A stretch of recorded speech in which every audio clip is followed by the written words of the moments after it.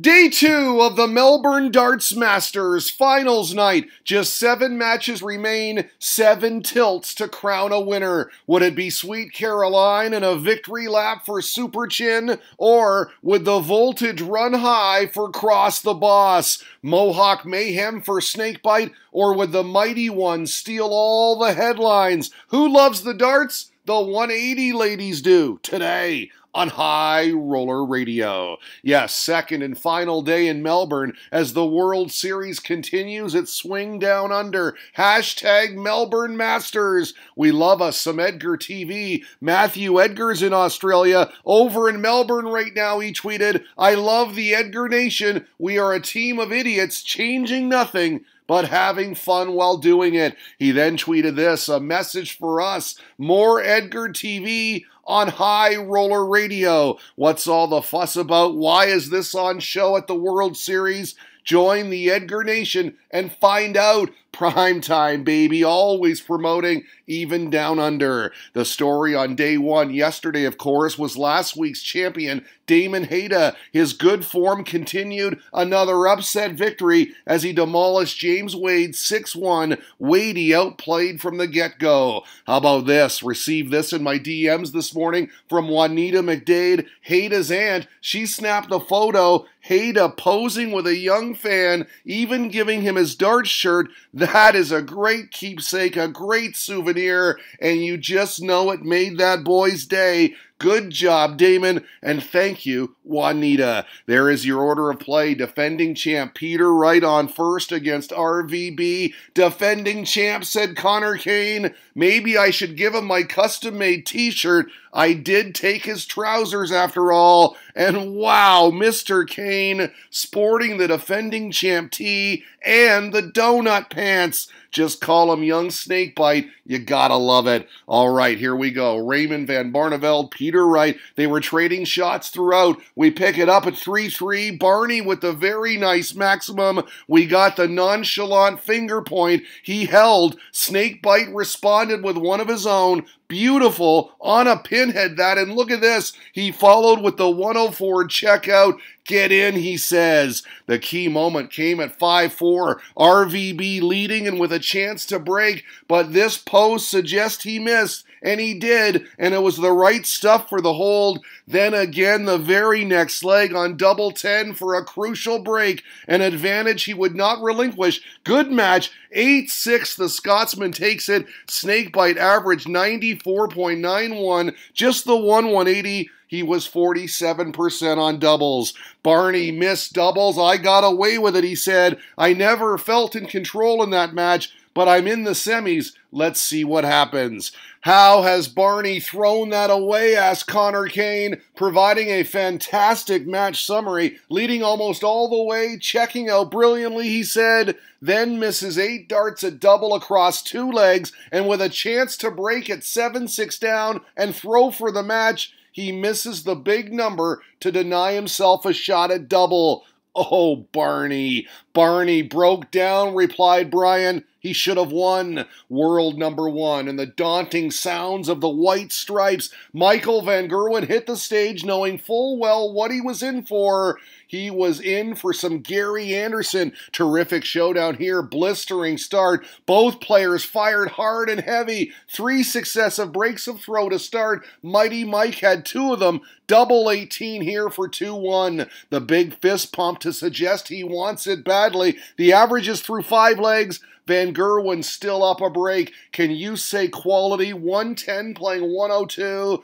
The Scotsman fighting. Nice 120 despite a 3rd dart bounce out here. But ouch, look at this. 3 darts to get it back on serve, and no, a wasted chance, costly, because the Dutchman pounced and then roared. At the darts or at a superhero convention, these fans having an excellent Friday night. Great shot here from the Green Machine for 7-5. The clean kill on 78. Bang, bang, he liked that one. He got the break early and maintained it throughout. Fine performance. This double 8 would do it. Mighty Mike wins 8-6, your final. He averaged a ton with 7 180s and he looked real good. To play Gary is always a privilege, he said. On his first 100 average in 15 matches, he admitted, it's like Christmas.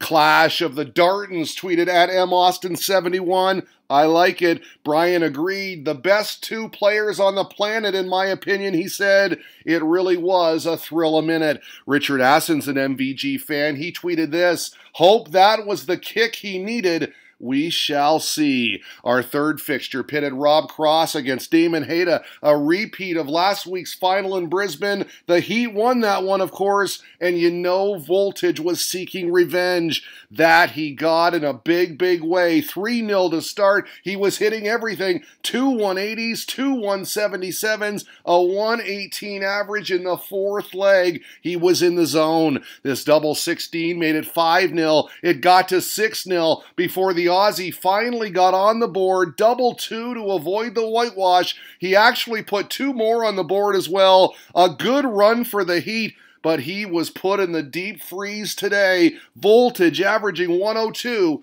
in an 8-3 victory. Fan favorite right here, Simon Whitlock, an Australian legend, 6'4" and full of muscles, and yes, he'd have to flex them today, up against some sweet chin music in the form of Daryl Gurney. It was all super chin to start, thanks in large part to darts like these. He was pounding the red bit en route to a 4-1 lead. The Shamrocks were loving it, a table full of pints right there. Credit to the Wizard, he stayed in there, kept fighting, battled back. He had 2 maximums in the 7th leg, followed by this clutch 62 checkout. Double 16 for the reaction. That was a break. He was fired up. But at 4-4, the key moment, the key shot, after Simon missed a dart at bullseye, Gurney would not. The spectacular 132 checkout turned to the fans to silence them. They were on him. He says, how about that? Squirrel was impressed. 132 for Gurney, he said. That was great, and that was the different super chin cruise from there. He closed it out with 4 on the spin, 8 for your final. Both players in good spirits afterwards. The 1-3-2 killed him, Gurney said. It would have killed me too. I enjoyed the game. The crowd was involved. Maybe now they'll support me. How good has Gurney been in Melbourne? Look at this. This tweet from Jamie Cameron suggests he's been brilliant. 14 of 19 on doubles for the tournament. That is impressive. So then there were 4, Van Gerwen and Wright to kick off our semifinals, and an early spot of bother for Snakebite. Down a break after the first 2 legs. This double 5 made it 3-0. The 180 ladies enjoying MVG's exploits. His average wasn't the best, below 90, but he made it 4-0 with a 12-darter on bullseye. The 1-2-4, it went 5-0, then 6-0. Snakebite's average, wow, not good enough, just 78, which had us asking this question at the interval. Equipment change incoming? No contest this one. Van Gerwen took the next 2 as well. This is how he closed it out. The 81 finish on bullseye. Unreal. The 8-0 whitewash. Snake bite, snake bitten. Dutch dominance. Peter doesn't normally play this bad, he said. I was surprised with that, but also happy with that.